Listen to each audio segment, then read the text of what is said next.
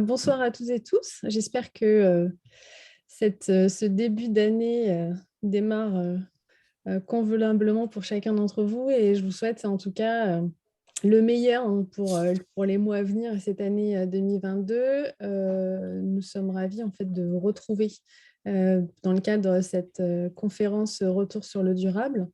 Ce rendez-vous s'inscrit dans un cycle qui a démarré fin 2021 et qui est dédié à la thématique de concevoir et construire autrement. Et nous sommes réunis ce soir pour du coup le troisième rendez-vous qui s'intitule Construire avec les futurs usagers. J'essaie d'avancer. Avant de vous dire un peu plus sur le déroulé de la soirée, juste un petit préambule technique. Si vous nous rejoignez, coupez votre micro. Enfin, normalement, le paramètre par défaut est censé couper votre micro, mais si ce n'est pas le cas, pensez à le faire pour éviter de parasiter les interventions. Je vous invite aussi à vous renommer si jamais vous n'avez pas suivi un petit peu le mode opératoire nom, prénom, structure. Ça permettra de bien vous identifier et si jamais vous devez par la suite attester de votre présence à cette conférence, voilà, c'est plus facile pour vous retrouver. Et aussi, si vous souhaitez interagir, poser des questions, voilà, c'est toujours quand même plus sympa de savoir à qui on s'adresse. Vous pouvez poser vos questions au fur et à mesure de la soirée via l'onglet Converser. Donc, c'est un chat qui s'ouvre dans lequel vous pouvez poser librement vos questions. Juste sur le mode opératoire, il y aura des temps de questions après chaque intervention, donc qui seront plutôt de l'ordre de questions de compréhension, de savoir si vous avez besoin d'éclaircissement par rapport à ce qui vous a été présenté, sachant qu'une fois que tous les intervenants sont passés, là, on aura un temps de questions plus global où vous pourrez peut-être poser des questions de fond. Et en fonction du nombre de participants, on laissera aussi, et en fonction du temps à partir, voilà, si on ne déborde pas et qu'on est dans le timing, on essaiera de voir si on peut vous laisser intervenir en direct et poser de vive voix vos questions. Et juste pour information, la conférence est enregistrée. Ça nous permet ensuite de mettre à disposition un replay de la soirée. Voilà. Alors, juste pour rappel, les cycles de conférences RSD, donc Retour sur le durable, sont co-organisés par Ecopolis et les élus du groupe de travail Transition Écologie de l'Ordre des architectes d'Île-de-France. Ça fait plusieurs années que nous collaborons et que du coup, différentes thématiques ont été abordées au fil des années.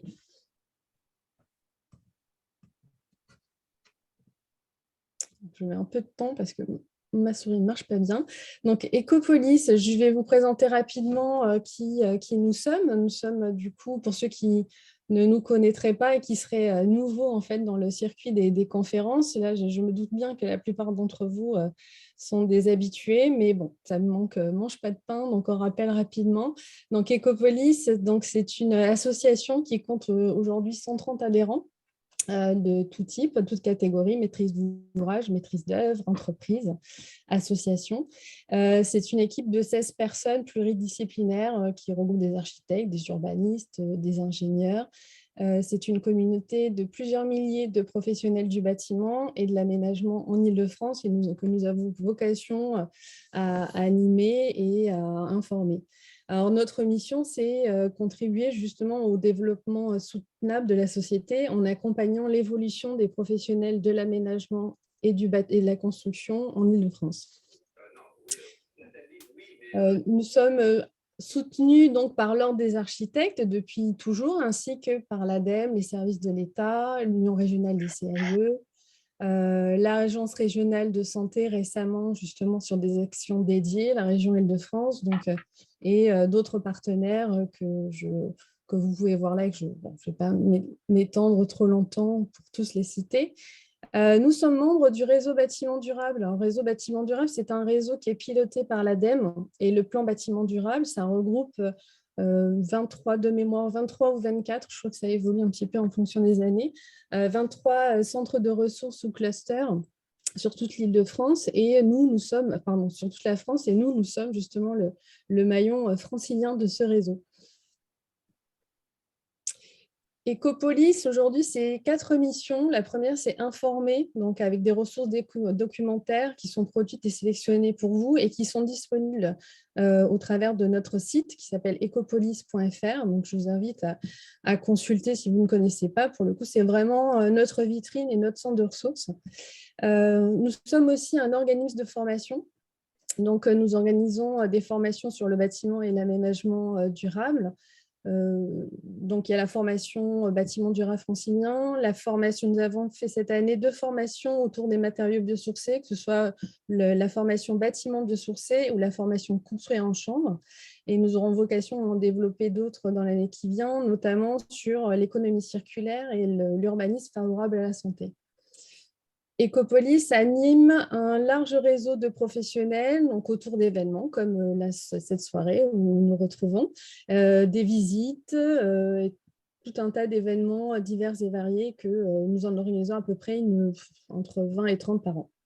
Et sinon, notre 4e mission importante, c'est l'accompagnement. Et pour le coup, c'est l'accompagnement d'opérations de bâtiment et d'aménagement autour de la démarche bâtiment durable francilien. Et j'ai oublié justement, depuis peu, il y a le petit Q qui s'est mis devant, qui signifie quartier et bâtiment durable francilien. C'est-à-dire que nous avons élargi la démarche à l'échelle du quartier depuis la fin d'année 2021.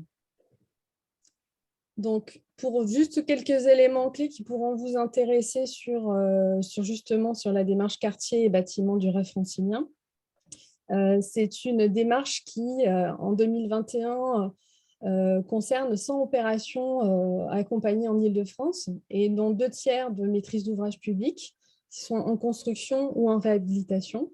C'est un accompagnement au long cours puisqu'on accompagne le projet de la phase conception jusqu'à 2 ans après la livraison. Ah, pardon, excusez-moi, ça s'emballe. Je reviens en arrière. Voilà, on y arrive. Hop, hop. Je vais y arriver. Oui, aujourd'hui, en fait, voilà, pour avoir une visibilité de ceux qui sont déjà intégrés dans la démarche et qui nous font confiance, vous voyez que c'est assez hétérogène. Hein, on compte de nombreuses communes, bailleurs sociaux, des organismes publics, privés. Donc, c'est des opérations de toute taille et toute typologie. Donc, si vous aussi, vous souhaitez rejoindre le réseau ou participer à nos événements, donc voilà, vous pouvez devenir adhérent et pour en savoir un peu plus sur ce que ça implique et ce que cela peut vous apporter, regardez, je vous invite à aller consulter notre site internet. Et si vous souhaitez en savoir plus particulièrement sur la démarche d'accompagnement à l'échelle du quartier ou du bâtiment, n'hésitez pas à contacter notre collègue. Son mail s'affiche ici, on pourra vous le mettre dans le chat. C'est elle qui peut vous renseigner en direct sur qu'est-ce que ça implique et comment vous pourriez éventuellement vous saisir de cette démarche-là. Donc, c'est Sarah Lafitte, notre collègue, qui est arrivée justement de mémoire en novembre, il me semble. Alors, juste quelques infos dans l'agenda Ecopolis pour les actualités. Alors, dans les événements, pour l'instant, je ne peux pas vous donner des infos précises sur les événements à venir. Par contre, je peux vous inviter à regarder 2 replays de 2 événements qui ont eu lieu en décembre. L'un concerne justement les enjeux de santé dans les quartiers prioritaires et les réponses que l'urbanisme peut faire. C'était co-organisé avec l'ANRU, donc ça a lieu le 9 décembre et le replay est disponible.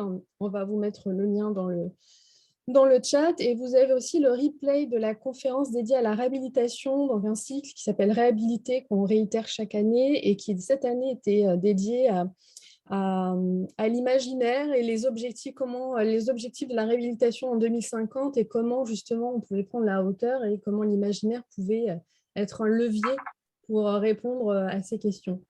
Donc les 2 sont disponibles sur notre chaîne YouTube. Prochaine formation, si vous êtes intéressé par ce sujet-là, c'est l'intégration de la gestion des eaux de pluie dans vos projets d'aménagement. C'est un cycle de plusieurs journées qui démarre en février et se termine en mai. Et les 2 prochaines sessions de formation à la démarche bâtiment durable francilien en février et en mars. Dans la même veine, vous avez les prochaines commissions, ce qui vous permet de voir un petit peu le processus des démarches d'accompagnement de projet, qui sont des commissions publiques, pour le coup, sont en ligne. La prochaine, le 10 février, et sinon, le 17 mars. Et globalement, bien sûr, toutes les infos sur nos événements sont sur notre site. Alors, je vais laisser la parole à Cassiane Mariotti, qui est architecte et élue à l'Ordre des architectes, qui nous fait le plaisir de co-animer cette soirée avec nous. Cassiane, je peux te laisser peut-être présenter nos intervenants, ou si je les annonce comme tu préfères. Oui. Alors, donc ce soir, nous aurons comme un premier intervenant Frédéric Denise, qui est architecte et dans la structure Archipel Zéro, et Benoît Quertier, qui est chef de secteur chez Paris Habitat, et Benoît Rougelot, qui est architecte chez Land Fabrique. Ça sera la deuxième intervention. Donc, la première portera sur des exemples de chantiers participatifs, d'autoconstruction et de co-conception. Et la deuxième présentation, ça sera toujours sur le chantier participatif avec un exemple plus précis d'une expérimentation d'une isolation en paille par l'extérieur.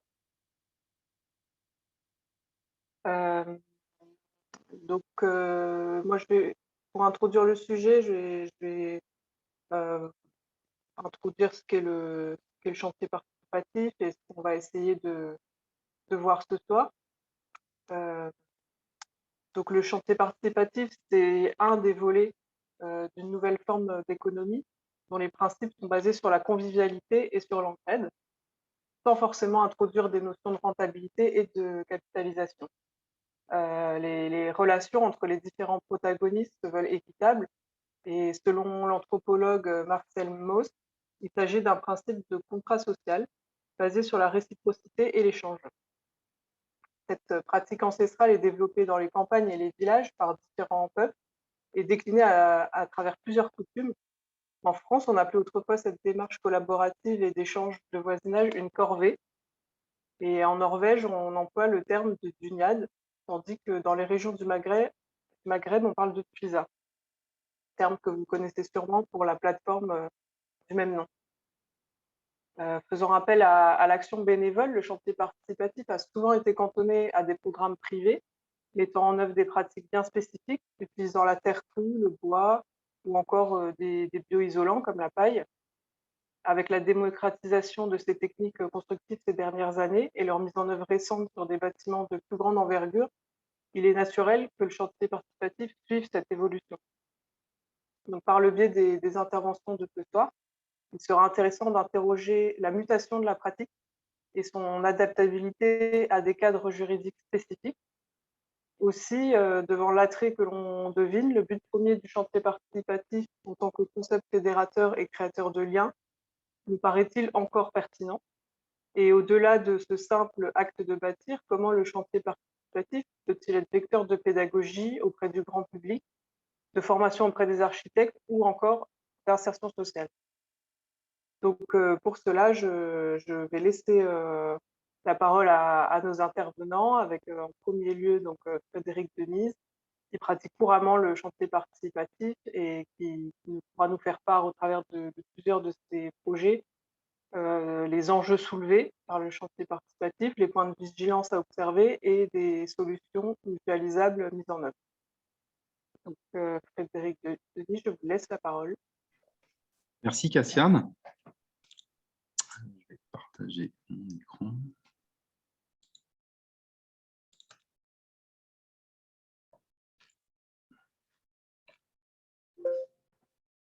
Est-ce c'est bien visible?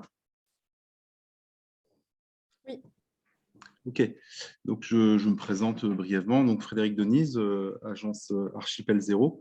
Notre pratique, c'est d'essayer de ne pas construire, première chose.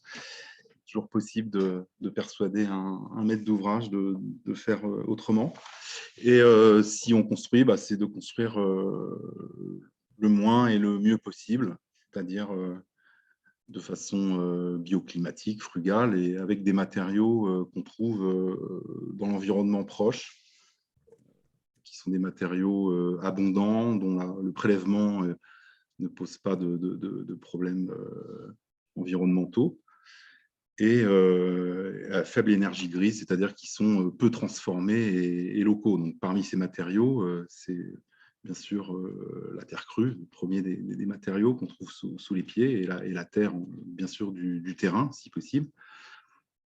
Toutes les fibres végétales, comme la paille, le bois local, et les matériaux de réemploi. Autour comme objectif, bon, c'est bien sûr c'est sortir un petit peu de l'économie, mais Cassiane a très bien résumé ce que sous-tendent les chantiers participatifs, c'est de sortir un peu du monde régi par l'économie productive, consommation, salariat, etc. C'est d'essayer de s'affranchir de ça pour arriver à quelque chose de collaboratif et de participatif, donc pour être clair. Alors, ça ne marche pas. Si. Voilà. Alors, pourquoi les chantiers participatifs? Les gens qui, pour la première fois, entendent parler de chantier participatif, généralement, l'idée, c'est réduire les coûts, quoi. C'est du travail bénévole. C'est faire en sorte de ne pas payer une entreprise. Bon, en réalité, c'est pas du tout ça, parce que la plupart du temps, enfin, je vous citerai quelques exemples par la suite, payer l'encadrement pour réaliser les travaux, qui généralement, avec des gens qui sont bien sûr beaucoup moins productifs, puisque le but, c'est quand même d'apprendre des pratiques. Donc, généralement, on s'adresse souvent à des gens qui sont totalement néophytes, et qu'au final, le coût également du gîte et du couvert, parfois, fait qu'on n'est pas du tout dans une logique de réduction des coûts. Par contre, ça peut rendre possible certains projets qui ne seraient pas possibles autrement, enfin pas des projets, mais des parties de projets, des ouvrages. Je pense particulièrement à la terre crue, à la paille, par exemple, qui sont des pratiques pour lesquelles les ressources sont quasiment gratuites, mais qui demandent beaucoup de main-d'œuvre. Et parfois, sur certains projets, il n'est pas possible de faire autrement que de le faire soi-même. Et donc, se pose la question pour l'architecte, dans ces cas-là, d'un accompagnement à l'autoconstruction partielle d'une partie du bâtiment, et du coup, d'inviter les amis, les voisins, ou les futurs habitants à venir participer. Donc, rendre possible ces projets, on va dire, là, du coup, c'est clairement parce qu'on ne peut pas faire autrement, mais c'est aussi le fait que ça soit parfois des pratiques dans certaines régions qui ne sont pas du tout réalisées par des entreprises. Je pense notamment à la terre crue, qui est une technique qui existe depuis toujours dans certaines régions, avec déjà des entreprises qui pratiquent, mais bon, c'est bien en Île-de-France, en Normandie, dans l'Est, bon, ça commence, hein, mais c'est quand même... Donc, si on veut réaliser certaines choses, on est obligé finalement de les faire soi-même, ou de faire appel à des entreprises qui sont loin, ou qui sont trop occupées pour le faire, parce qu'elles sont très peu nombreuses à le faire. Bien sûr, faire participer. Le but, c'est de diffuser les pratiques, démocratiser les pratiques, et aussi obtenir l'adhésion de futurs habitants, futurs usagers à ces pratiques, et à leur faire aimer en fait la matière. Le fait d'avoir participé, d'avoir construit eux-mêmes, ça leur donne on va dire un amour pour le travail fait, qui fait qu'ils sont impliqués et ont sans doute davantage concernés par l'espace créé. Et puis, dans, on va dire, un cadre politique, justement, de sortir un peu de l'économie classique, d'arriver à une économie plus collaborative, et aussi de sortir de la logique de salariat, enfin, d'arriver à on va dire, à une sphère de gratuité qui est un échange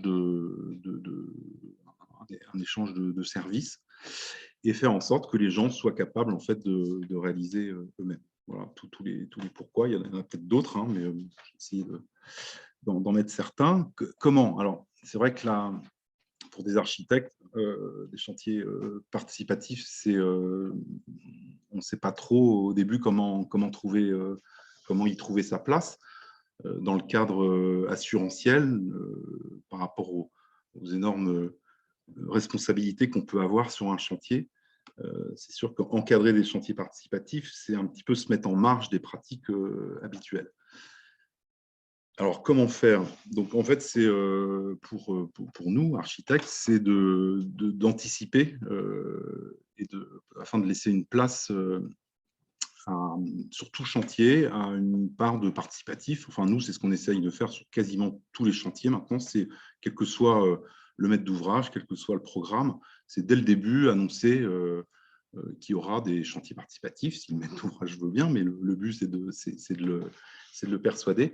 Et c'est dans la conception du bâtiment, dans les techniques qui vont être mises en œuvre, laisser une place à ce mode de faire et de l'anticiper bien avant, de façon à ce que ça puisse être organisé au bon moment et faire en sorte que tout se passe bien. La chose la plus simple concrètement, c'est que le chantier participatif soit encadré par une entreprise et que ce soit l'entreprise qui mène les travaux. L'exemple, souvent, enfin, vous allez voir dans quelques exemples à travers les chantiers qu'on a menés ces dernières années, typiquement, c'est le charpentier paille, enfin, qui a donc sa pro-paille, qui réalise la charpente du bâtiment, et la mise en place des bottes de paille peut être faite justement avec des volontaires, encadrés par lui-même. Et du coup, au niveau de la garantie décennale, ça ne change pas grand-chose. Il faut bien sûr qu'il soit d'accord, il faut qu'il le propose. Il ne s'agit pas de l'obliger à le faire, mais c'est comme ça qu'on peut faire avec des entreprises ou même en terre crue, enfin, réaliser des pisés, des enduits terre, etc. Ça peut être encadré par une entreprise sachante et qui veille à ce que la qualité des ouvrages soit garantie. On peut passer par des réseaux dédiés, comme on disait tout à l'heure, comme le réseau Twiza, hein, qui est un grand réseau à l'échelle nationale, par l'intermédiaire d'associations. Moi, en Normandie, alors j'ai une pratique en région parisienne, mais je suis normand, hein, je suis du Havre, donc je travaille pas mal en Normandie avec l'ARP, qui est une association de promotion de l'éco-construction, notamment l'éco-construction participative. Donc, on peut passer par eux pour obtenir un cadre assurantiel, faire en sorte que les volontaires soient assurés en cas d'accident. Et il suffit pour ça qu'ils adhèrent à l'association. Donc, encadré par l'architecte, il faut mesurer les risques. Ça m'arrive d'encadrer des chantiers participatifs, mais généralement uniquement sur des ouvrages qui n'ont pas, on va dire, d'enjeux au niveau de la décennale, comme je suis un pratiquant de la terre, un autodidacte de la terre, j'adore pratiquer la terre. Quand je fais des murs en pisé, c'est rarement des pisés porteurs. Et quand je fais des enduits, généralement, c'est plutôt les enduits de finition décoratifs ou où l'enjeu finalement n'a pas un caractère décennal. Donc là, je vais vous montrer quelques exemples. Alors ça, c'était notre premier chantier participatif il y a une dizaine d'années. C'est la réalisation d'un abri de jardin en pisé. Donc, on a fait ça pour un copain, en fait. Et donc, il a invité ses amis, ses voisins pour réaliser Donc, c'est en Normandie, c'est à Peine-de-Pie, à côté de Honfleur, avec la terre du terrain. Vous savez que la terre normande, comme la terre d'Île-de-France, elle est quand même peu adaptée à la réalisation du pisé, où on a besoin d'avoir, en plus de l'argile et du limon, du sable et du gravier. Donc, c'est une grosse, on va dire, une grosse manœuvre hein, d'arriver à mélanger manuellement la terre locale avec du sable et du gravier extrait pour enrichir le mélange. Et c'est très ouvrageux, c'est un gros travail et qui ne peut pas se faire autrement qu'en chantier participatif, à vrai dire, pour ce type de travaux. Alors, c'était un chantier d'hiver, vous voyez, il était couvert, on met un petit peu de soleil, mais c'était, on va dire, on a mis la barre très haute en fait à réaliser ce bâtiment en plein hiver, en 4 week-ends. Il y avait à peu près 30 mètres carrés de murs en pisé qui ont été réalisés. Plus récemment, donc le hangar 0. Je ne sais pas si vous voyez la barre noire là, qui est. Voilà. Donc le hangar 0, donc c'est un. Alors là, c'est un projet qui est tout en autoconstruction participative, très ambitieux, puisque c'est un dock, un ancien dock café qui était lauréat de Réinventer la Seine en 2017, donc qui est en cours de réalisation. Il y a tous les travaux de clos couvert, enfin, donc percement des façades, isolation du toit, réalisation des menuiseries extérieures neuves, conforme à la RT 2012, donc réalisé par les entreprises. Par contre, tout le reste est réalisé en autoconstruction participative avec tous les futurs résidents du hangar 0 pour un coût qui n'est pas possible autrement, de 1,1 million pour 2400 mètres carrés. Donc, vous voyez, on est à peu près à un ratio de un peu moins de 500 € le mètre carré. C'est un lieu, donc un hangar ici qui fait 900 mètres carrés, un terrain de 1300 mètres carrés. Et le but, c'est de réunir en fait des acteurs locaux, des associations, des entreprises qui travaillent dans l'économie circulaire ou dans l'économie sociale et solidaire. Au niveau programme, au rez-de-chaussée, on a des espaces publics qui sont boutiques, ateliers partagés. Au niveau des extérieurs, une agriculture urbaine assez modeste, sur 1300 mètres carrés, mais c'est plus expérimental puisqu'il y aura de l'aquaponie, sous une serre, de la permaculture. Et à l'intérieur du bâtiment, on retrouve en fait toutes les activités du primaire jusqu'au tertiaire, des ateliers, de l'agriculture, de l'artisanat et également des bureaux d'études, dont l'agence Archipel Zéro qui va s'installer, j'espère, dans très peu de temps là-bas. On a un restaurant associatif, une boutique qui vend donc tous les produits réalisés par les artisans du hangar. Et tout est réalisé avec des matériaux de réemploi. Et la ressource principale, c'est le conteneur, puisque c'est une ressource assez prolixe. On trouve des conteneurs soit accidentés, soit réformés, dernier voyage. Je passe un petit peu vite sur tout ça parce que ce n'est pas le but de la conférence.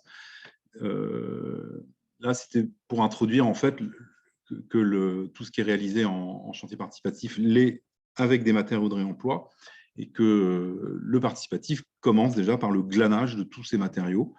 Donc, on collecte depuis 2 ans maintenant. On a la chance d'avoir de la place pour stocker.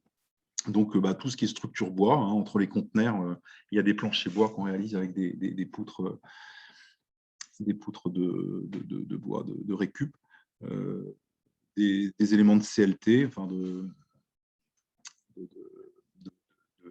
panneaux contre plis croisés, je ne sais plus comment on dit, isolant thermique, fenêtres, portes, cloisons, structures acier, carton, papier. On utilise des déchets également pour réaliser soit du béton de papier, soit des mélangés à la terre, mais également tout ce qui est électricité, plomberie, radiateur et les terres de déblai qu'on utilise beaucoup sur site. On se sert pour notamment isoler les murs extérieurs qui sont isolés intérieurement par des panneaux de liège. Et plutôt que de mettre du placo, en fait, l'écran thermique, c'est de la terre, mélangée ici à non pas du sable et du gravier, non pas du sable extrême, mais les déchets en fait, du chantier lui-même, à savoir le carton, et la sciure de bois, qui est très produite en grande quantité, puisqu'on réalise toute la charpente des planchers. Et vous voyez aussi de la maçonnerie avec des pavés, des pavés qui couvraient le quai, puisqu'on est au bord d'un quai. Et puis également la réalisation de murs en pisé que vous voyez à droite. Donc ces enduits terre nous occupent beaucoup de temps. Ça a lieu tous les samedis. Tous les samedis, j'encadre les chantiers participatifs en terre crue. Et on a 1500 mètres carrés d'enduit à réaliser, comme ça. On en est pour l'instant à un tiers. On a fait 500 mètres carrés, il nous reste 1000 mètres carrés. Bon, c'est un projet qui est, comme tous les tiers-lieux, on dit que c'est des lieux infinis, c'est-à-dire que le projet, quand il sera fini, il sera figé, il sera mort presque. La réalisation du projet, c'est le projet lui-même, enfin, le fait de le réaliser avec une organisation coopérative d'intérêt collectif, avec une gouvernance très, très horizontale, très démocratique, fait partie du projet lui-même. Hein. C'est un projet expérimental au niveau social, au niveau environnemental. Autre exemple, la ferme des possibles à Stein. Donc, le bâtiment s'appelle Résilience, en référence à la permaculture, qui sert de principe sur cette exploitation, qui est en premier lieu une entreprise d'insertion. Novaedia est une coopérative dont le but est de faire de l'insertion auprès d'adultes handicapés et également de personnes en rupture. Donc, c'est l'insertion par l'agriculture urbaine, ils disent de la graine à l'assiette, c'est-à-dire tous les métiers, aussi bien de l'agriculture, du semis, de la récolte, de la transformation de fruits et légumes, et ensuite la livraison, la fabrication de repas également, du service à table et de tous les métiers de la logistique pour livrer les entreprises en buffet ou en panier de fruits et légumes. C'est leur activité principale, la livraison de paniers de fruits et légumes. Alors, ça, c'est un bâtiment qui a été construit il y a 2 ans maintenant, qui a été livré en 2020. Le programme du client, de Novaedia, c'était réaliser donc, les locaux accueillant tous les laboratoires de transformation en fait, des fruits et légumes, mais également une grande cuisine. Et puis à l'étage, les bureaux de la coopérative, ainsi que les partenaires de cette coopérative, qui sont des ESAT, enfin, qui sont des associations qui font de l'insertion et qui participent, disons, à toute la boucle, toutes les activités menées sur place. Et donc, leur demande principale, c'était de réaliser un bâtiment avec le maximum de matériaux de réemploi dans le cadre du dispositif métabolisme urbain. Donc, ils avaient fait appel à Bellastock, qui ensuite a fait appel à moi en tant que maître d'œuvre. Donc là, vous avez des vues. Donc, je vais arriver au chantier participatif, hein, parce que pour l'instant, je parlais plus de la conception qui a été faite de façon vraiment collaborative avec le client, puisqu'au départ, le programme n'était pas écrit, donc il a fallu, comme ça peut nous arriver souvent quand on travaille avec des particuliers, par exemple. Là, c'était un projet plus ambitieux, mais dont le programme n'était pas vraiment très défini, donc il y a eu toute une phase de programmation sur laquelle on les a aidés.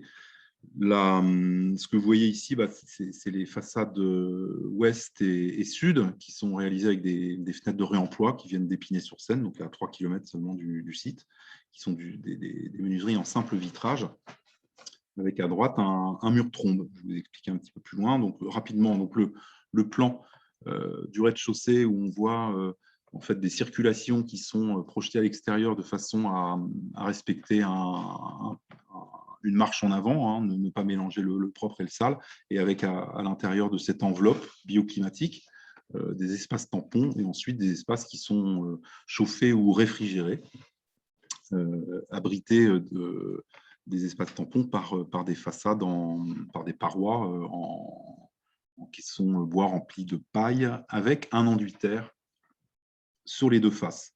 Donc j'en viens à l'idée des chantiers participatifs, c'était en fait de réaliser toutes les enduits de finition sur ces murs. Vous en voyez un à droite là. Donc réaliser toute la finition sur ces murs par des chantiers participatifs. Le mur trombe, donc au sud, qui lui sert à chauffer et à rafraîchir le restaurant suivant les saisons, avec la partie mur à inertie du mur trombe qui a été réalisé avec des briques BTC de réemploi. qui avait été fabriqué lors du village des Terres par Bellastock il y a 5 ans, 2015 ou 2016, je crois. Voilà d'autres vues de la cafétéria, donc qui en fait est juste derrière ce mur-trombe, avec un bar que vous voyez en bas à gauche, qui est un bar en pisé qui a été réalisé avec la terre du terrain. Et depuis 12 ans, on a fait quelques progrès. On ne veut plus rajouter de sable et de gravier dans le pisé. Il a été réalisé là, avec du béton concassé. En fait, c'est un mélange de la terre du site avec du béton concassé, de façon à récupérer le sable, le gravier, pour avoir la bonne granulométrie permettant de tasser la terre et de la pétrifier pour en faire. Donc ça, c'est le premier chantier participatif qui a été fait sur site. Et en fait, le but de ce chantier participatif, j'avais détecté que la terre crue, ça ne plaisait pas beaucoup aux futurs utilisateurs, notamment à la direction de Nova Idea, qui disait, mais nous, on fait... la commande, c'est du réemploi, c'est pas forcément utiliser des matériaux. La terre du site, ça fait pas bon ménage avec les activités qui y vont être menées, une cuisine, une grande cuisine, avec les contraintes sanitaires, etc. Donc, en fait, le but du chantier participatif, clairement, ça a été, alors j'avoue, un petit peu une entreprise de manipulation, c'était de leur faire aimer la terre. Vous savez, de toute façon, que les néophytes qui n'ont jamais mis les mains dans la terre, réaliser soi-même un ouvrage comme ça, c'était sûr que ça marcherait, qu'ils aimeraient la terre et qu'ensuite, ça serait beaucoup plus facile pour la suite du chantier. Donc ça, c'était avant la livraison de la première tranche du bâtiment, où on a pu réaliser ce bar en pisé. Ensuite, il y a eu donc les enduits terre. Donc là, il y avait quand même 600 mètres carrés de parois à recouvrir, donc des parois en enduit de corps, hein, mais donc avec une terre sableuse un petit peu friable. Il nécessitait un enduit de finition, donc qui a été réalisé avec la terre du site et avec du carton. Donc on a mis au point on a testé une formule terre cellulose avec la terre du terrain. Donc le chantier participatif, là, ça consistait à malaxer du carton, le faire tremper, le malaxer, et ensuite le mélanger à une terre qui devait préalablement être tamisée. Donc là, c'était en été, on pouvait tamiser dehors, bien concasser la terre pour ensuite la mélanger et l'appliquer sur les murs à l'intérieur. Alors là, c'est forcément en chantier participatif ce genre de technique, puisque la terre cellulose, c'est pas du tout... ça ne fait pas partie du guide des bonnes pratiques, c'est clairement une expérimentation qui est intéressante parce que ça permet d'avoir une enveloppe, enfin une peau assez à la fois très souple, malléable, élastique et très dure une fois qu'elle a séché, sans du tout c'est pas du tout pulvérulent, c'est-à-dire qu'on peut y toucher, il n'y a pas de sable, donc il n'y a pas du tout de poussière. Et ça permet de faire des décors, des estampages. Là, vous voyez une feuille de courgette, par exemple, en haut du terrain, ou de faire des décors par impression, ou des sgraffitos, c'est-à-dire ça consiste à gratter en fait l'enduit en surface pour révéler ce qui est en dessous. Bon, donc ça, particulièrement, c'est vraiment le genre de pratique qu'on a intérêt à faire en chantier participatif, parce que d'abord, très peu d'entreprises le font. Que ça coûterait certainement une fortune parce que c'est énormément de main-d'œuvre. Là, on était sur 8 week-ends en tout, où on a eu 150 participants qui étaient principalement soit des jeunes architectes, soit des étudiants en architecture qui venaient de toute la France, après avoir communiqué sur les réseaux sociaux. D'autres types de chantiers participatifs, donc là, c'est des petits projets, c'est des petits projets pour les particuliers, où là, justement, on a l'encadrement par un charpentier que vous voyez en haut à gauche avec la casquette, là, c'est Laurent Guillot, l'atelier 1702, qui est charpentier et poseur paille, et dans tous les chantiers que je fais avec lui, il accepte d'encadrer donc en fait la pose des bottes de paille sous sa responsabilité.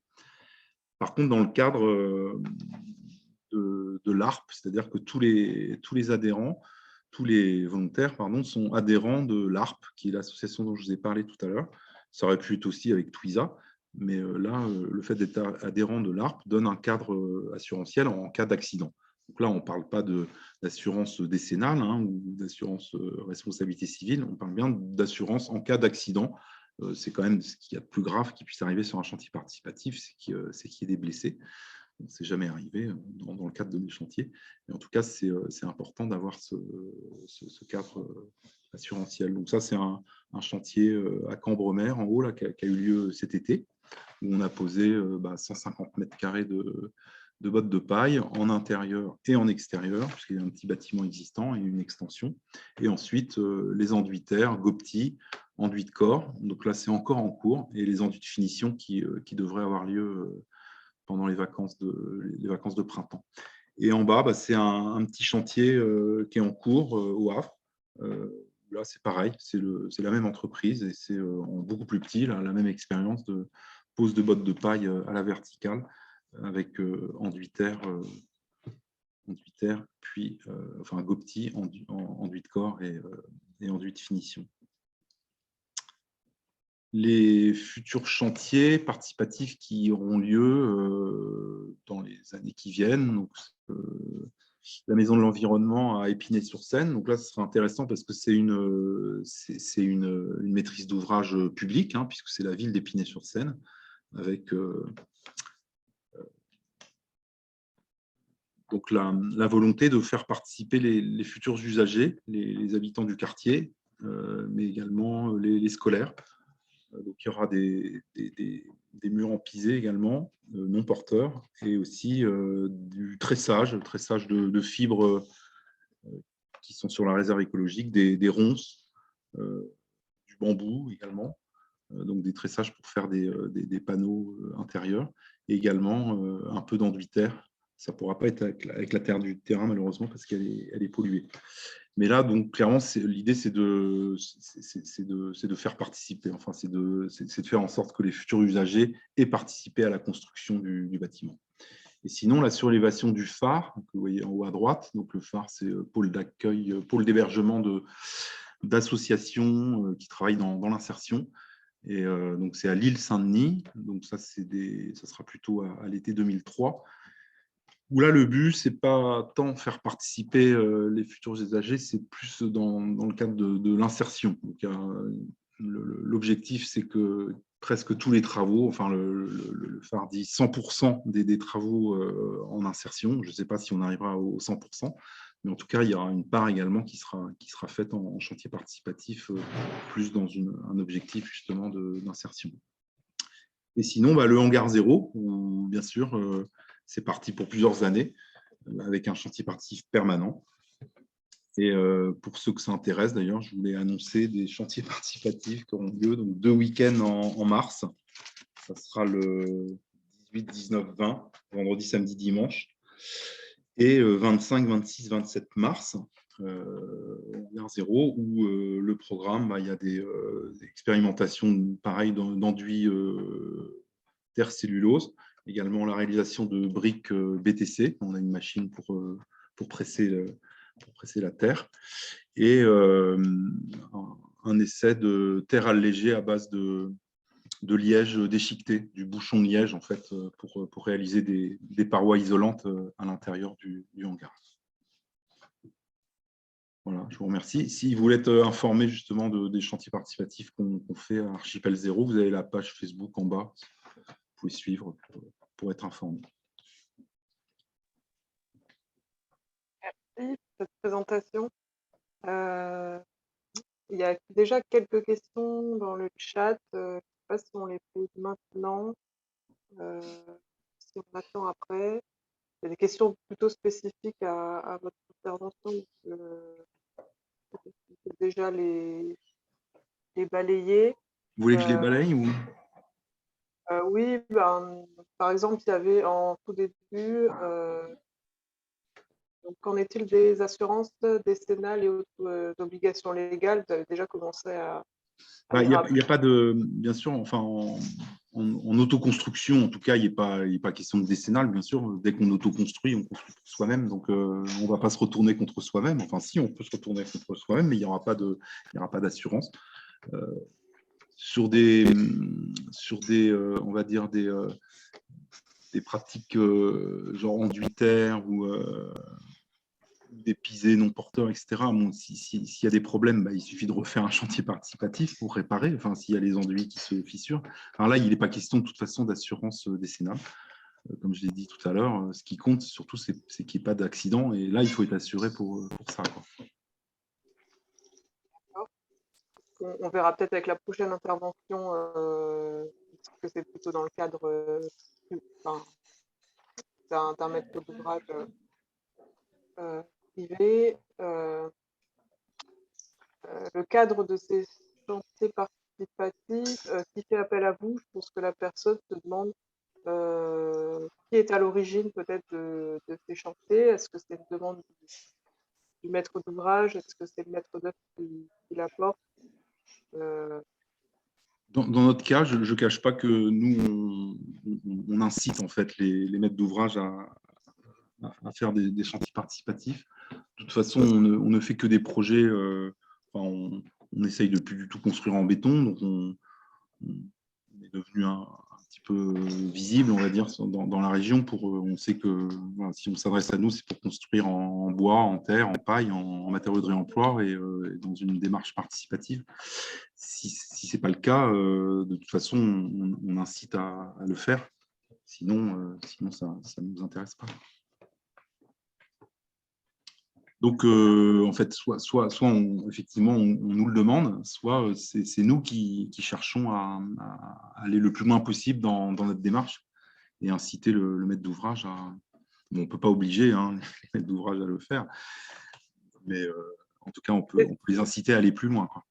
Peut-être qu'ils commencent à vous connaître et ceux qui font appel à vous recherchent justement cette méthode de construction. Oui, c'est ça, oui. Je vois une question, comment gérez-vous le permis de construire, notamment pour les châssis de fenêtres de réemploi? Oui, bon, c'est hors sujet, mais bon, c'est la question qu'on pose souvent, bon, ça dépend. Là, on a eu la chance sur Résilience. En fait, Bellastock avait sourcé les fenêtres de réemploi juste avant le permis de construire, donc on a pu en tenir compte. Ça a d'ailleurs eu une incidence sur la trame du bâtiment, puisqu'on a tramé la trame principale des fermes. Faite sur une base de 88 cm, qui était la largeur des 650 fenêtres qui ont été posées. Il y avait 3 hauteurs, mais elles étaient toutes de 88 cm, donc on a tout tramé là-dessus.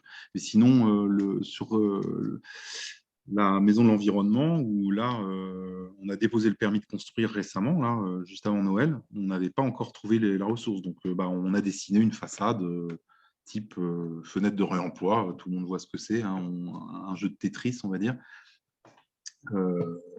Et on a précisé qu'il y aurait un permis modificatif au moment quand on aura trouvé la ressource définitive. Et encore une question un peu hors sujet, mais on peut quand même y répondre rapidement. Comment les enduits vieillissent? J'ai pas compris. Je reprends le relais, je pense que… Comment les enduits vieillissent? Oui, ça coupe, Cassiane. J'espère qu'ils vont bien vieillir. Là ils ont, les plus vieux ont 2 ans, enfin ceux qu'on a fait à la ferme des possibles. Sur la terre cellulose, je ne me fais vraiment aucun souci parce qu'on sent que c'est quand même du solide. En tout cas, généralement, quand il y a des problèmes sur les enduits, la fissuration ou des choses comme ça arrive quand même assez vite. Si on a bien respecté le fait que l'enduitaire sert de frein vapeur et qu'on a bien respecté une continuité de ce frein vapeur, il n'y a pas de raison qu'il y ait des soucis. Mais enfin, pour l'instant, il n'y a pas de pathologie. Très bien. Il restait une dernière question qui va me permettre d'enchaîner avec la suite, qui était est-ce que ça marche en milieu urbain dense? On va le voir tout de suite avec Benoît Quertier, donc maître d'ouvrage chez Paris Habitat, et Benoît Rougelot, architecte chez Land Fabrique. Je vous laisse la parole. Et bonjour à tous. Je veux bien vous me laisser aussi le partage d'écran. Ah oui, il faut que Frédéric, vous fermiez le... Que Vous j'arrête. arrêtez le Voilà, partage. Ouais, c'est fait.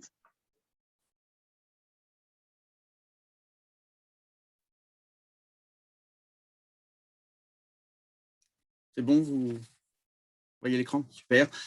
Rebonsoir.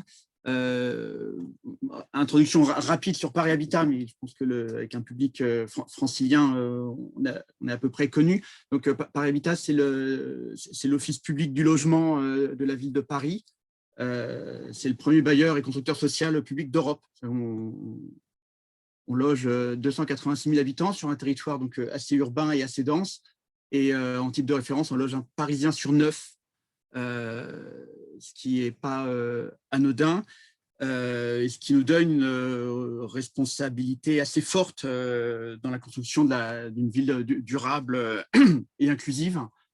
Du coup, on a une action, on a en tout cas un devoir d'exemplarité, d'innovation, et puis on a aussi un effet d'entraînement, souvent sur un centre de pratique.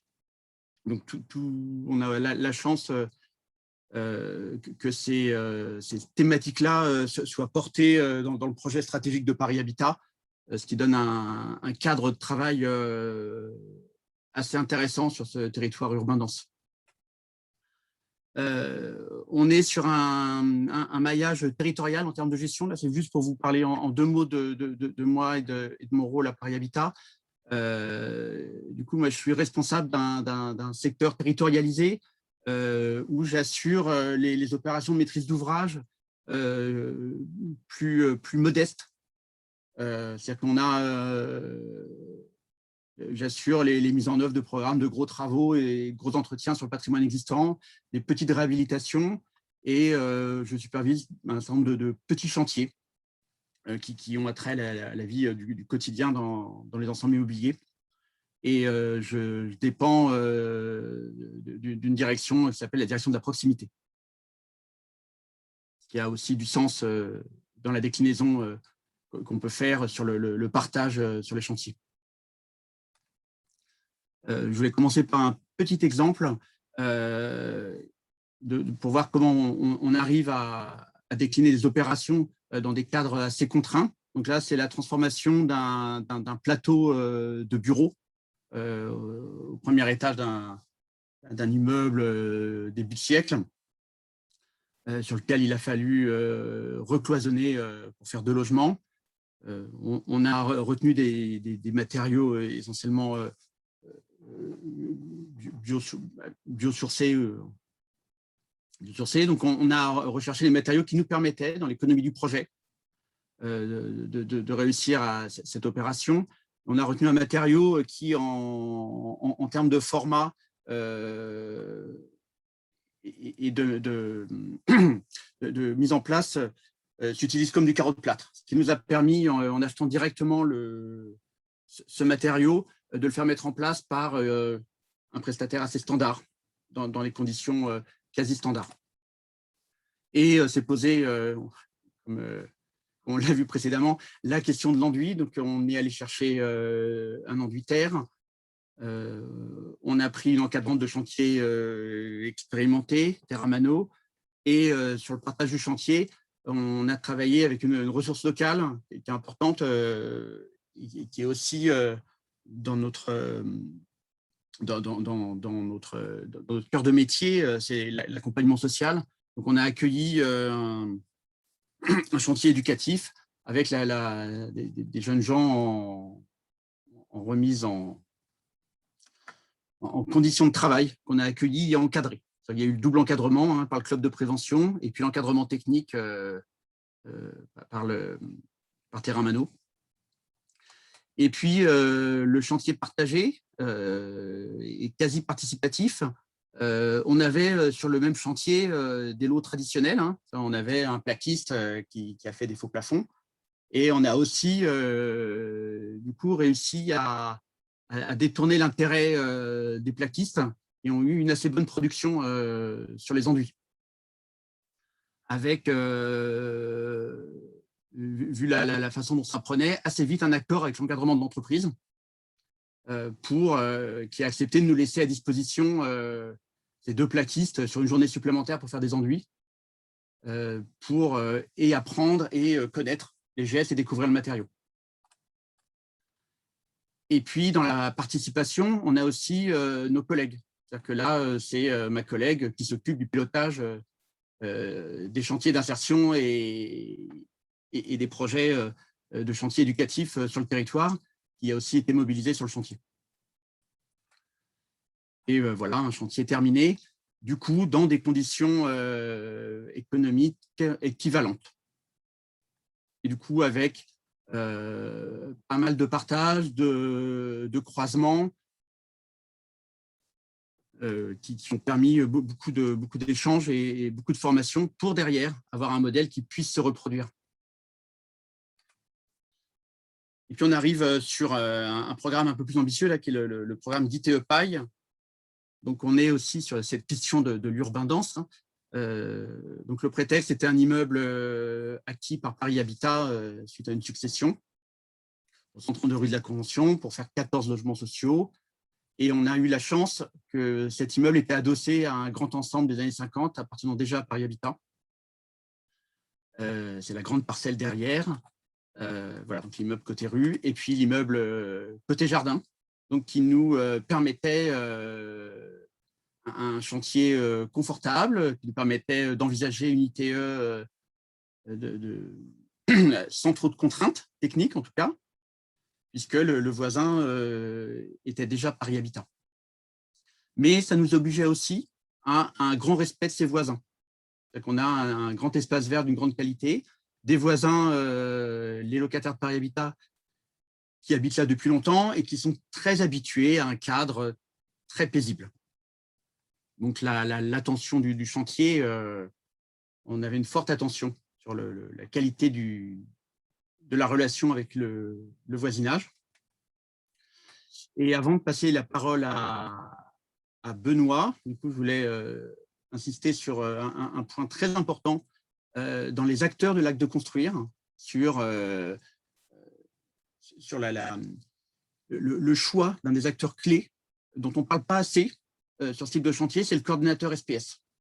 C'est-à-dire que pour pouvoir accueillir sur un chantier des populations très diverses, avec des statuts très diverses, et s'assurer en même temps de notre responsabilité de maître d'ouvrage, le rôle et l'accompagnement du SPS, c'est vraiment aussi une mission clé pour bien prévenir et rendre possible tous ces échanges.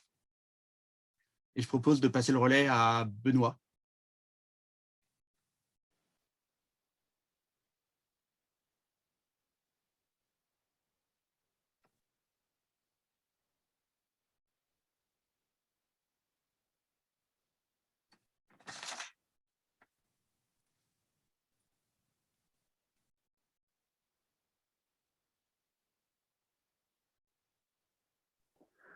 On ne vous entend pas, Benoît. Enfin, bon, en tout cas, moi. Mais...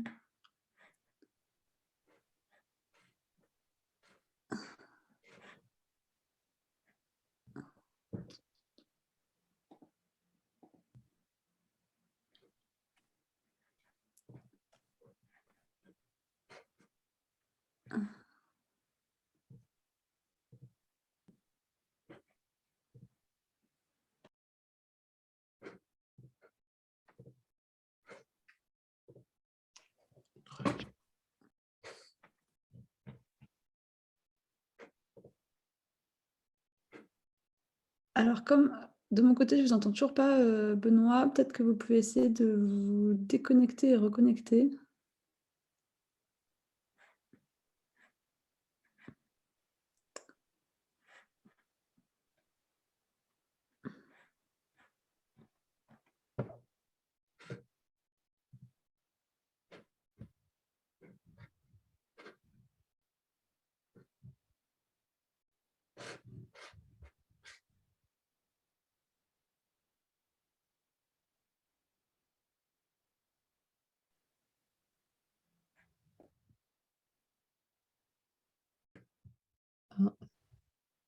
Le micro est activé, je crois, là, Benoît. Si vous parlez. Ah, c'est fluctuant. Hmm.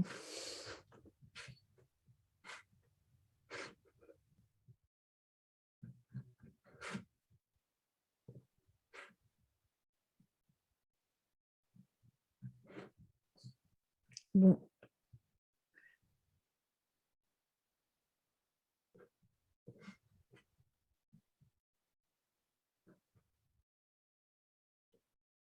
Hmm. Bon, les aléas techniques. Je crois que Benoît s'est redéconnecté. Alors, peut-être qu'en attendant qu'il se reconnecte, on peut prendre, je ne sais pas s'il y avait une ou deux questions sur la partie de Benoît Cartier. Ah, on ne vous entend pas, Michel Kergosian. Je crois qu'il faut que vous réactiviez votre micro. C'est bon là? Oui. Bon. Mais je voulais savoir si on aurait les coordonnées des personnes qui sont intervenues.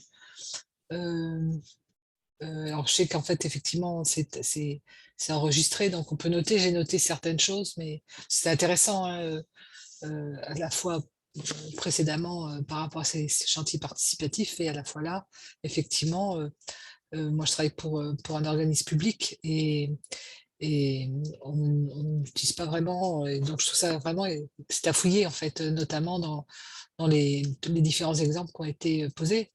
Donc peut-être que j'aimerais à un moment donné contacter, c'est possible, oui, ça sera possible de les avoir, ou alors faut revoir ou c'est quelque part les coordonnées de toutes ces personnes qui interviennent. Alors, je pense que je peux les laisser vous répondre en direct. Si vous êtes d'accord, Benoît Oui, et tout à fait, oui. Frédéric, vous pouvez éventuellement lui transmettre vos coordonnées. Vous pouvez le faire directement dans le chat, éventuellement, comme ça. D'accord, très bien. Et je crois qu'on a retrouvé Benoît Rougelot cette fois.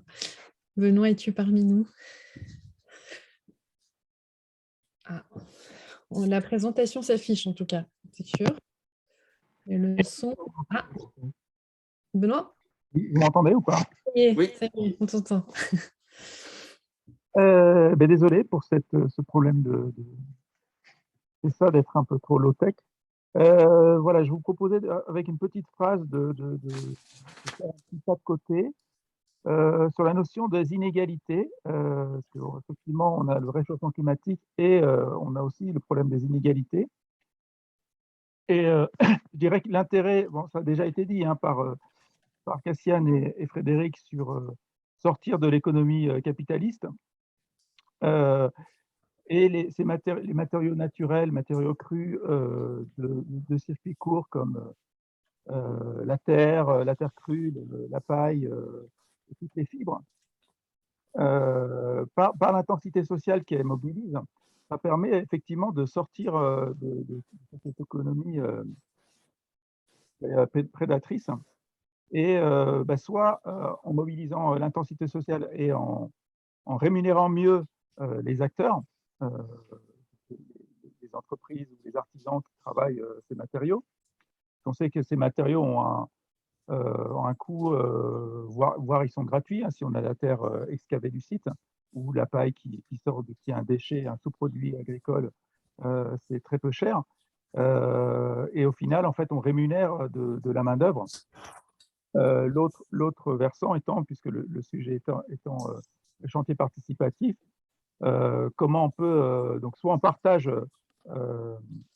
l'économie financière correctement, ce qui est contraire un peu à tous les autres matériaux dits industriels, où on met quand même beaucoup d'argent dans le produit manufacturé grâce au capitalisme.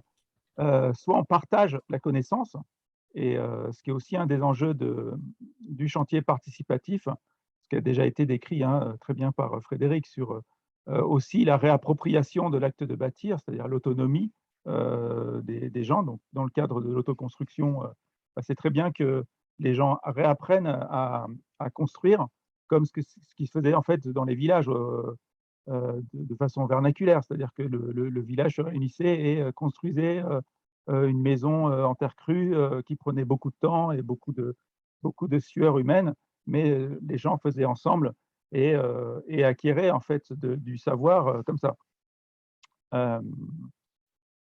Donc chantier participatif. En l'occurrence, nous, dans le cadre de Paris Habitat en milieu dense, on va plutôt parler de chantier école.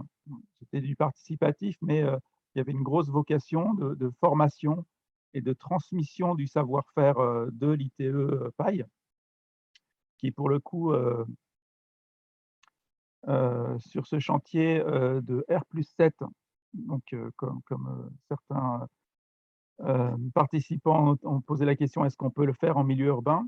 Oui, on peut le faire en milieu urbain. À Paris, dans le 15e, a priori, c'est quand même en France l'endroit un des plus denses. Certes, Benoît avait trouvé le site idéal pour le faire. On a énormément d'espace autour pour pouvoir s'installer, pour pouvoir travailler.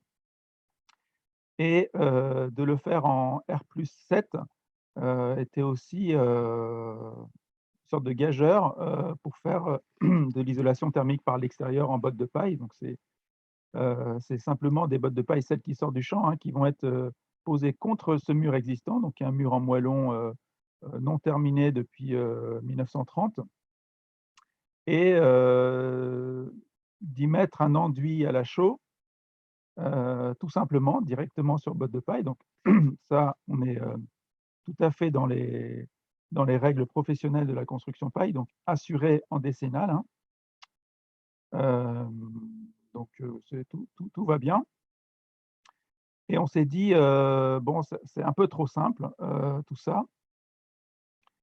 Même si aujourd'hui, techniquement, les règles professionnelles de la construction paille n'incluent pas stricto sensu l'ITE,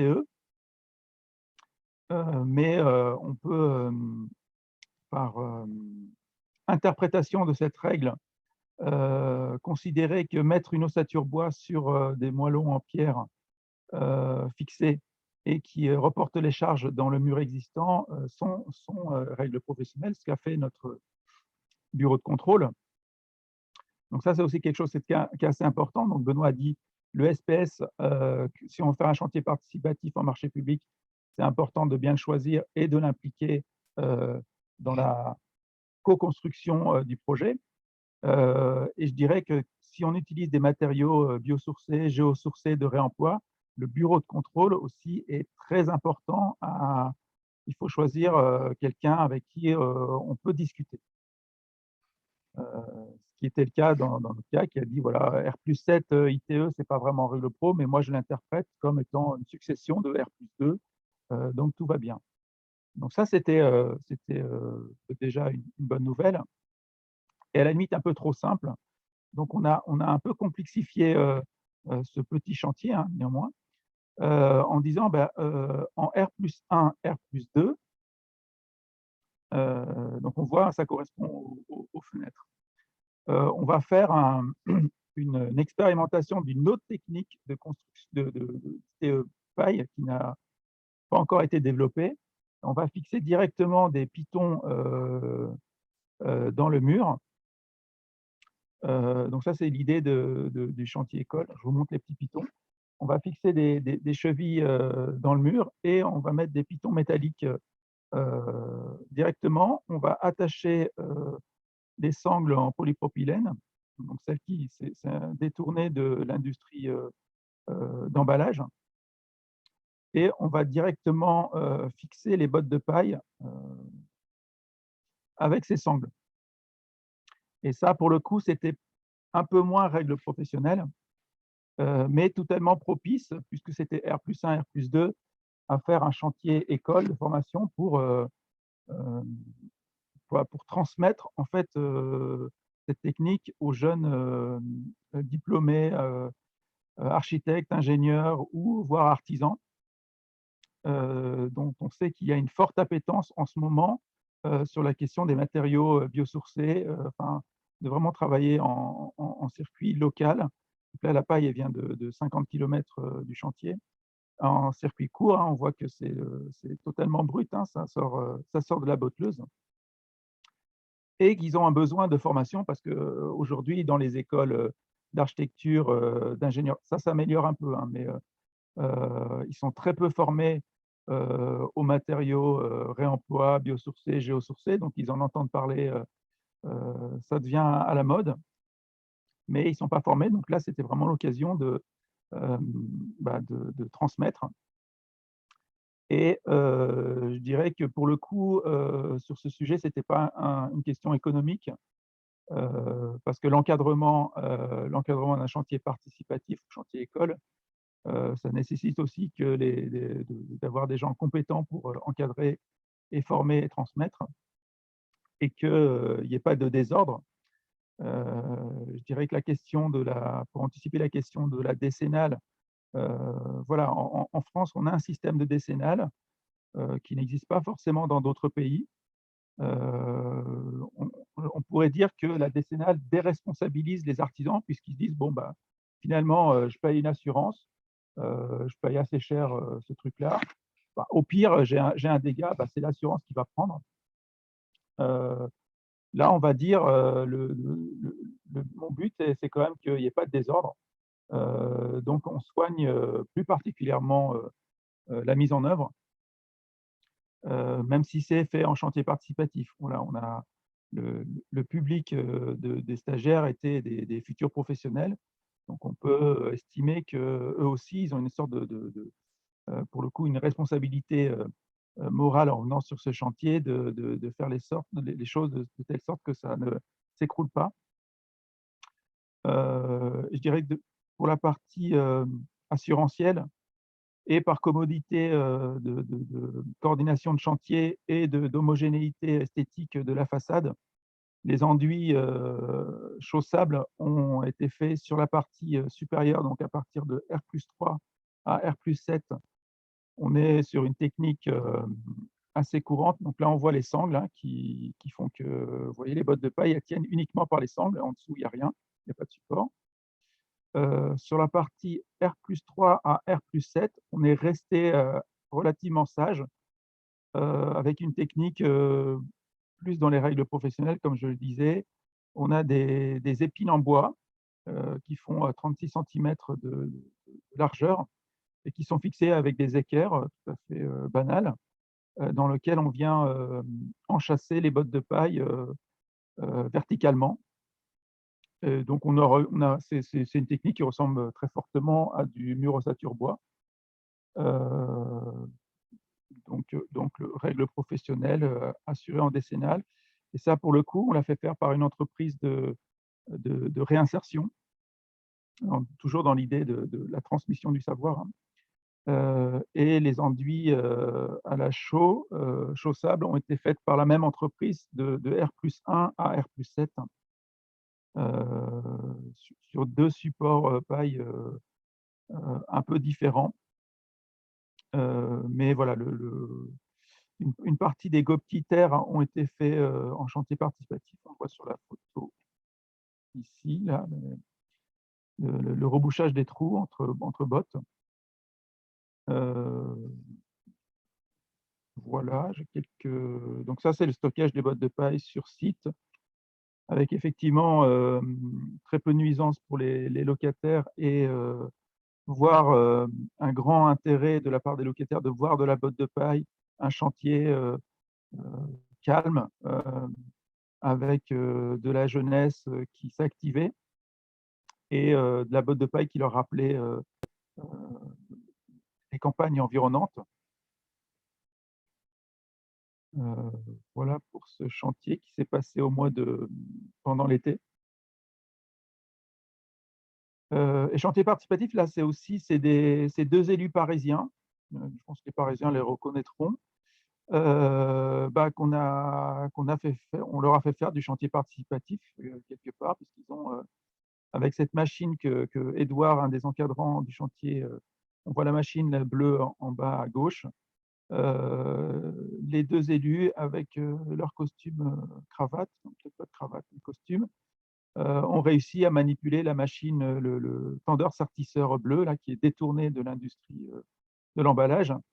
Avec une seule main, ils ont réussi à sangler la botte de paille contre le mur et à lui exercer la tension nécessaire pour qu'elle tienne au moins 10 ans, voire 100 ans, on peut espérer. Et ça, voilà une petite photo de l'ambiance de 3 stagiaires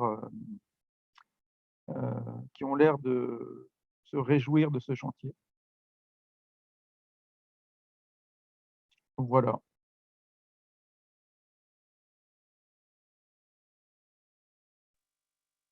Petite fiche de qui a fait quoi sur ce projet. Après, j'ai quelques annexes sur la technique, si ça vous intéresse, mais on verra dans les questions. Merci Benoît pour cette présentation intéressante. Alors, qu'est-ce que je vois comme question? Il y a plusieurs personnes qui s'inquiètent des rongeurs ou du traitement contre les termites et les insectes. Est-ce que tu as une réponse à leur apporter? Oui, alors les rongeurs, ça c'est au Réseau français de la construction paille, donc le RFCP, qui est la Fédération nationale des acteurs de la construction paille. Donc c'est elle qui a écrit les règles professionnelles en 2011, donc qui permet l'assurabilité et qui est assujetti à une formation pro-paille, donc qui est nécessaire à tout professionnel de la construction pour pouvoir travailler, enfin, pour avoir la décennale en construction paille. On a un petit livret vert sur les a priori. Donc, on nous a fait souvent les 3 petits cochons avec la paille, ça brûle, la paille, ça prend l'eau et c'est humide, et les rongeurs. Donc, effectivement, c'est une question assez récurrente. On travaille sur de la botte de paille qui fait entre 80 et 120 kg le mètre cube. Ça ressemble plutôt à du paillasson que les bottes de paille en vrac ou peu denses qu'on peut voir dans les granges. La paille en vrac, hein, dans lequel effectivement les rongeurs peuvent aller grignoter quelques grains. Là, normalement, on est sur des bottes de paille où il n'y a quasiment plus de grains et elle est tellement dense que en fait, ça gratte les rongeurs, donc ils n'ont pas trop envie d'y aller. Sinon, c'était la question des insectes. A priori, c'est le même. Oui, les termites et les insectes, est-ce qu'il y a un traitement? Non, absolument pas. Il y a à une époque, on fait les bottes dans de la chaux au début, hein, mais c'est pas nécessaire. Et en fait, quelle que soit la mise en œuvre, la botte de paille est toujours protégée par soit un enduit sur des panneaux de fibres de bois. Donc, les rongeurs et les insectes n'accèdent plus à la botte de paille. Et en termes de sécurité incendie, est-ce qu'il y a des préconisations particulières? Alors là, on le voit, il y a un test au feu qui a été fait en 2020, septembre 2020, au CSTB, donc un organisme étatique officiel de laboratoire, hein, qui fait des essais au feu. Et on a testé un panneau, un mur en bois de 3 mètres par 3 mètres, en ossature bois, rempli avec des bottes de paille, et protégé par un enduit à la terre avec de la fibre de paille dedans. C'est-à-dire qu'on a pris le câble le plus défavorable, parce qu'on a fait des essais avec des enduits plâtre. On sait que le plâtre est un combustible et qu'il arrête même le feu parce qu'il absorbe des calories du feu. Donc, on a fait plusieurs essais avec différents types d'enduits. On sait qu'avec une plaque de plâtre, dans la construction assez traditionnelle, le placo et coupe-feu, donc ça, on sait que ça existe, donc on ne l'a pas fait. On a pris des cas plus défavorables comme des enduits. Et l'enduit qui était le plus défavorable, c'était l'enduit à la chaux, pardon, excusez-moi, l'enduit à la terre, fibré avec de la paille. Et donc on a appliqué, suivant les règles professionnelles, 4 cm d'enduit. Et on a soumis ça à le four officiel du CSTB, 1000 degrés, pendant 2 heures. Donc ça, c'est instrumenté. Et au bout de 2 heures, il commençait à y avoir un peu de fumée qui sortait de l'autre côté. Mais la température, donc d'un côté, il y avait 1000 degrés, de l'autre côté, il y avait 60 degrés au bout de 2 heures. Donc ce mur en botte de paille a passé le test, le fameux test de REI 120, c'est-à-dire qu'il est résistant mécaniquement pendant 120 minutes. Il est étanche au feu, donc le E, pendant 120 minutes. Et il est isolant, c'est-à-dire qu'il isole, il ne faisait pas 1000 degrés de l'autre côté pendant 2 heures. Et avec ce test, et il y a eu un autre test qui a été fait sur un autre projet à Bordeaux avec des enduits à la chaux. Mais a priori, si ça marche pour l'enduit terre, ça marche pour l'enduit chaud. Auquel cas, on sait que ce mur en botte de paille sur ce site CTE, il tient au moins 2 heures au feu, qui est largement au-dessus des normes exigées qui sont plutôt de l'ordre de 30 minutes en général. Merci. Une question facile encore pour toi. Quelle est la durée de vie de la paille? Alors, ce qui est assez marrant, c'est que finalement, la paille, c'est l'isolant qui a le plus de retour sur expérience, puisque le bâtiment le plus vieux en Europe en paille, il a 101 ans. Il est à Montargis, donc à 1 heure de Paris, hein, en RER. Et il a été construit par l'ingénieur Feuillette en 1920. Donc dans l'après-guerre, hein, de reconstruction. Il s'est dit, il y a des bottes de paille, il y a du bois, je vais faire une maison en paille. Et il y a une fenêtre de vérité, donc on voit la botte de paille, et je peux vous assurer qu'elle est authentiquement identique à la botte de paille qui sort du champ d'aujourd'hui. Et après, aux États-Unis, il y a des bâtiments qui sont encore plus vieux, parce que la botteleuse, la machine à faire les bottes de paille, date de 1880 aux États-Unis. Donc, on n'a pas de bâtiment en bottes de paille avant 1880, donc on ne peut pas vous dire ça tient 140 ans. Tout ce que je peux vous dire, c'est que ça tient au moins 100 ans. Et la laine de verre, la laine de roche sont apparues dans l'après-Deuxième Guerre mondiale. Hein. Donc, on a moins de retours, voire sur le fameux la laine de verre qui se retrouve tout en bas des murs. Ça reste un classique. Donc, au moins 100 ans. Merci. On se pose la question du retour des usagers sur le projet en termes de confort. Peut-être Benoît.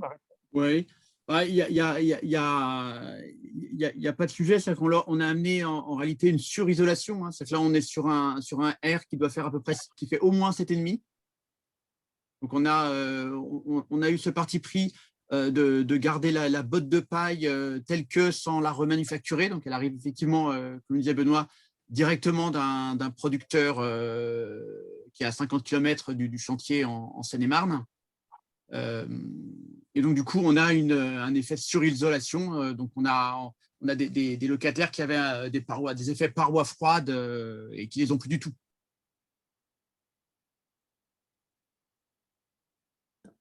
Mais, merci Benoît. Merci aux deux Benoît.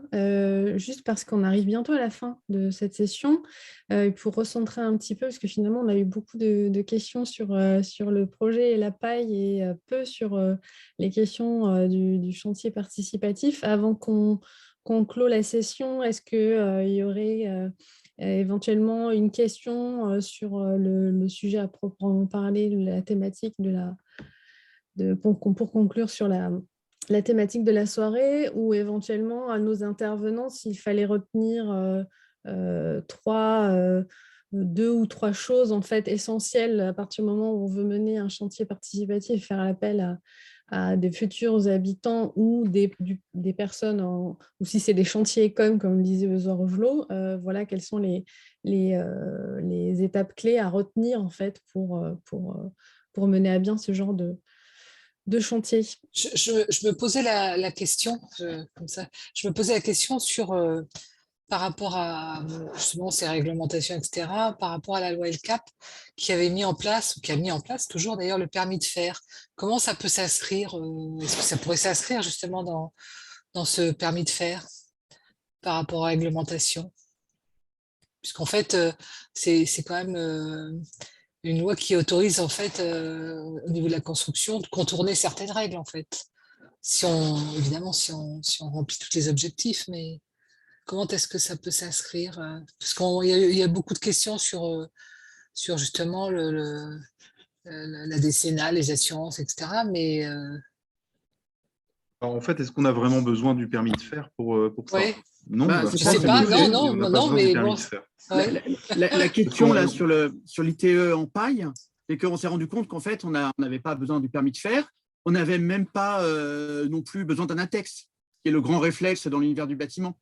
Oui, effectivement. Donc, Ouais. du coup, avec des règles pro et un échange constructif avec un contrôleur technique expérimenté, qui est pas, voilà, c'est quand même APAV, le contrôle technique. Hein, c'est pas non plus. Voilà, donc ça, c'est possible. C'est aussi ce qu'on voulait démontrer. C'est à la fois nouveau et à la fois possible sur un cadre.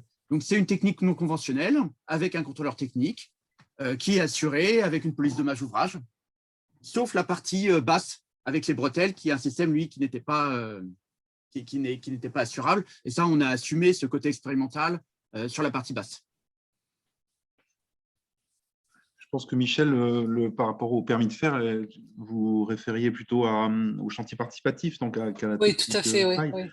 Mais je pense qu'il n'y a pas de sujet, en fait. Soit il y a une entreprise qui accepte d'encadrer et qui prend la responsabilité en décennale, soit il n'y a pas d'entreprise, et à ce moment-là, bah, c'est un encadrement qui ne prend pas la responsabilité, et à ce moment-là, ce n'est pas assurable, tout simplement. Enfin, c'est de l'autoconstruction, donc il n'y a pas de… Voilà. Enfin, je ne vois pas ce que le permis de faire est plus là pour dépasser des réglementations, dépasser des lois, proposer quelque chose d'équivalent. Là, on n'a pas besoin de ça, en fait. Ça peut assouplir en fait au niveau des assurances quand justement une entreprise ne souhaite pas, ne prend pas le chantier. Mais bon. Oui, c'est pour ça que l'anticipation est super importante dans le chantier participatif. Dès le début, il faut anticiper qu'est-ce qu'on va faire en chantier participatif, avec qui, comment. Enfin, voilà, c'est la notion du programme qui est importante. Oui, tout à fait. Moi, je dirais que c'est plus une question de CSPS que d'assurance, que de bureau de contrôle, etc. C'est vraiment être infaillible au niveau de la sécurité, quoi, en sécurité des volontaires. Bien sûr, des personnes, oui, bien sûr. Des travailleurs. Oui, je pense que l'enjeu, il est surtout là. Au niveau de l'anticipation, il y a justement une question qui se demande si la démarche chantier participatif est décrite dans le contrat de maîtrise d'œuvre. Est-ce qu'elle fait l'objet d'un article particulier dans le cadre du suivi de chantier et est-ce qu'elle est rémunérée? Alors, j'avoue une certaine dilettante par rapport. La question est excellente. Non, enfin, pour ma part, je n'ai jamais introduit ça dans le contrat. Et dans le contrat de maîtrise d'œuvre sur l'opération de paille, on ne l'avait pas précisé. De toute façon, la MAF ne nous recommande pas d'encadrer des chantiers participatifs. C'est pour ça que je disais tout à l'heure qu'on peut le faire sur quand les enjeux sont… Enfin, il ne faut pas qu'il y ait d'enjeux décennales, ou peu, ou alors vraiment les mesurer finement. Mais sinon, la question est excellente. Enfin, je pense qu'on pourrait introduire ça contractuellement. Et sinon, les fois où je suis intervenu en chantier participatif, généralement, je le faisais bénévolement, uniquement pour le plaisir, en fait. Merci. Il y a quelqu'un qui n'a pas bien compris qui encadrait le chantier participatif de l'ITE et qui demande dans quelle mesure les artisans sont-ils moteurs dans cette démarche. Alors, sur l'ITE, il y a comment ça s'est passé? Il y a eu un marché avec le collectif Paille, donc, qui est une association regroupant des professionnels de la construction paille en Île-de-France, qui ont répondu à un marché de chantier participatif, encadrement de chantier école ou chantier participatif, avec fourniture des bottes de paille. Donc, c'est une association qui a répondu, dans laquelle il se trouve que il y a beaucoup d'architectes et d'ingénieurs. Par contre, la démarche, elle a été initiée plutôt par Paris Habitat. Par Paris Habitat et par les concepteurs du projet. C'est-à-dire qu'en fait, comme l'a dit Benoît, pour moi, en maîtrise d'ouvrage, la première difficulté quand on a abordé le projet, c'était déjà d'y arriver, d'arriver à faire le R+7 avec ses déclinaisons des règles pro. Et une fois qu'on y est arrivé, c'est là qu'on s'est dit qu'on pouvait pousser un peu plus loin l'expérience sur ce site avec cette technique des bretelles. Et donc, on avait prévu dans notre marché initial de travaux une part optionnelle pour pouvoir adapter le programme. Et effectivement, on a contractualisé un lot avec une association, le collectif PAI, pour encadrer cette expérience. Et comme le disait Benoît aussi, pour nous, ce n'était pas non plus une recherche d'économie dans le dispositif de chantier participatif, c'était vraiment comment on partage une expérimentation et comment on forme et comment on diffuse, à coût équivalent. C'est-à-dire que sur beaucoup de ces petits chantiers, quelqu'un demandait qu'est-ce que c'est qu'un petit chantier. Enfin, voilà. Moi, j'ai des contraintes qui sont des contraintes de budget, de travaux. C'est-à-dire que ce n'est pas un chantier expérimental avec un budget expérimentation. C'est un chantier standard dans le coût standard de l'opération équivalente. Donc, en fait, c'est comment on fait bouger un peu les paradigmes et puis comment on met aussi plus de valeur ajoutée pour l'écosystème qu'il y a dans le cœur de vocation de Paris Habitat, notamment sur la mission sociale. C'est-à-dire que toutes ces heures d'insertion et de diffusion qu'on déploie là, elles profitent à l'écosystème parisien immédiatement. Alors que sur des solutions beaucoup plus industrielles, on a des échelles de valeur et des transmissions de valeur qui ne sont pas les mêmes. Alors justement, quelqu'un se pose la question du retour d'expérience de ceux qui ont participé à ces chantiers, s'il est mesuré d'une façon ou d'une autre, et si ce savoir-faire crée des vocations, à votre connaissance. J'étais en train de répondre par écrit. A priori, Édouard Vermès, on voyait sur la photo, qui est architecte de formation, c'est à la fin qui était encadrant sur ce chantier et qui s'était déjà auto-formé sur d'autres chantiers participatifs, chose qu'il ne trouvait pas dans la formation initiale d'architecte. A aujourd'hui développé une activité d'artisan et il fait plus que de la paille. Et il a il a au moins 1 ou 2 projets en ITE paille en privé. Il a eu des commandes privées suite au chantier. Donc, je ne sais pas si c'est lui qui a initié, qui a proposé l'ITE, mais en tout cas, aujourd'hui, il en fait.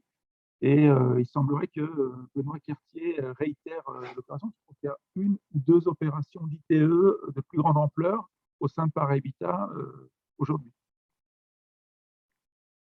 Oui, on a deux gros programmes. Enfin, on a un assez gros programme sur une succession de pignons qui donne sur la petite ceinture dans le 12e arrondissement, qui là seront réalisés. Donc, c'est aussi un autre mode de diffusion des techniques. C'est un chantier de réhabilitation qui fait plusieurs millions d'euros et qui est un marché global forfaitaire avec un lot paille.